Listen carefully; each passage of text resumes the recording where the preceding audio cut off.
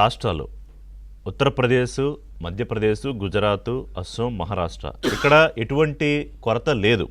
అంటే స్టాకు 1,00,000 అటు ఇటుగా స్టాక్ బాగానే ఉంది. సరే అయినా కూడా కొంత ఈ కోఆపరేటివ్ సొసైటీల ద్వారా పంపిణీ చేస్తుంది కాకుండా కొంత బ్లాక్ మార్కెట్లో కూడా అమ్ముతున్నట్టు ఇవన్నీ రిపోర్ట్స్.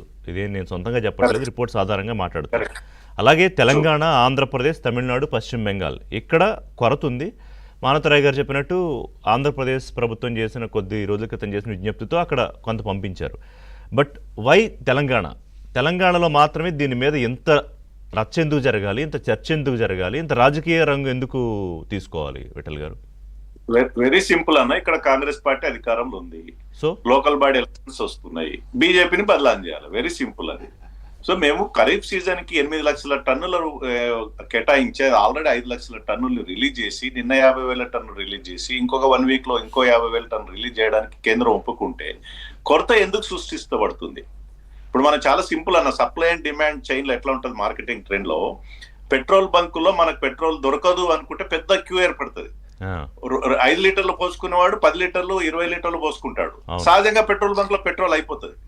ఇది రాష్ట్ర ప్రభుత్వం చేయాల్సినటువంటి మేనేజ్మెంట్ ఏంటంటే, మీకు ఎక్కడ కొరత లేదు, కేంద్ర ప్రభుత్వం ఇంత ఇచ్చింది, ఇంకా ఇస్తుంది, మీరు రైతులు భయపడాల్సిన అవసరం లేదు, మేము సరైన రీతిలో సరఫరా చేస్తామని ఒక భరోసా ఇవ్వాల్సినటువంటి రాష్ట్ర ప్రభుత్వం. కొరత ఉంది అనేసరికి ఏమైతే రైతులు ఎక్కువ కొనడానికి ఆస్కారం ఉంటుంది, లేదా బ్లాక్ మార్కెటింగ్ బ్లాక్ మార్కెట్ అమ్మడానికి ఆస్కారం. బ్లాక్ మార్కెటింగ్ ఎక్కడ లేదని అంటున్నారు కదా కాంగ్రెస్ పార్టీ. మీరు చూడండి అన్న రిపోర్ట్స్, ఇవాళ జిల్లాల వారి రిపోర్ట్ చూడండి, నేనే చూశాను. 220 రూపాయలకు దొరికేది బ్లాక్ మార్కెట్ లో 500 అమ్ముతున్నారని పేపర్లలో అక్కడ వచ్చి జిల్లాల డిస్ట్రిక్ట్ న్యూస్ లో వస్తా ఉంది.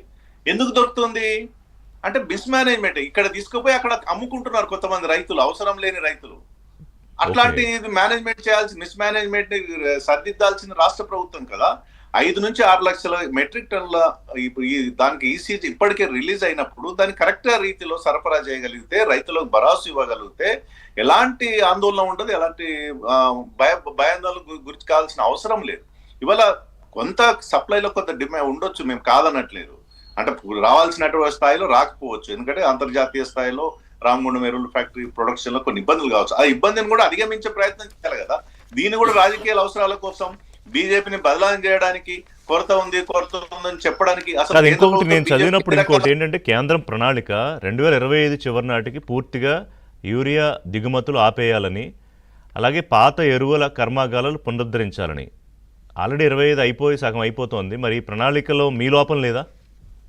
ఇప్పుడు రామగుండం ఎరువుల ఫ్యాక్టరీ ఎవరు మూసేసారన్నా? కాంగ్రెస్ హయాంలో మూతపడలేదు. అది మేము తెరిచి, మా ప్రభుత్వం వచ్చిన దాకా తెరిచినాం కదా. ఇవాళ దేశవ్యాప్తంగా రైతుల కోసం అనేక సంక్షేమ కార్యక్రమాలు తీసుకుంటుంది. అది కిసాన్ సమ్మాన్ యోజన కావచ్చు, లేకపోతే ఫసల్ బీమా యోజన కావచ్చు. ఫసల్ బీమా రాష్ట్రంలో అమలు కావట్లేదు. కుసుమ్ ప్రాజెక్ట్ అన్న, మేము కర్ణాటక పోయినప్పుడు, గతంలో బీజేపీ ప్రభుత్వం, ఇప్పుడు కాంగ్రెస్ ప్రభుత్వం కూడా, కుసుమ్ ప్రాజెక్ట్ ఎంత అద్భుతమైన రైతులకి సోలార్ పంపు సెట్లు పెట్టడానికి కేంద్రము అన్ని రాష్ట్రాలకు ప్రోత్సహిస్తుంది.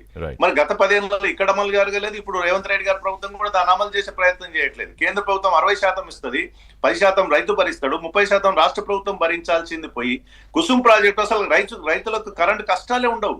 సోలార్ పంప్లెట్స్ ఎంత అద్భుతమైన ప్రాజెక్ట్, 3-4 లక్షల రూపాయలు ఖర్చు అవుతుంది దానికి. అట్లాంటి కార్యక్రమం, ఎన్నో వినూత్నమైన కార్యక్రమం కేంద్ర ప్రభుత్వం ప్రతిపాదిస్తే వాటి రాష్ట్ర ప్రభుత్వాలు, ఆయా రాష్ట్ర ప్రభుత్వాలు, ముఖ్యంగా ప్రతిపక్షాలు ఉన్న రాష్ట్ర ప్రభుత్వం అమలు జరగడం లేదు. ఇవాళ యూరియాను తెరిపించడానికి ప్రయత్నం చేసింది అక్కడ ఉన్నటువంటి అప్పటి ఎంపీ వివేక్ గారు.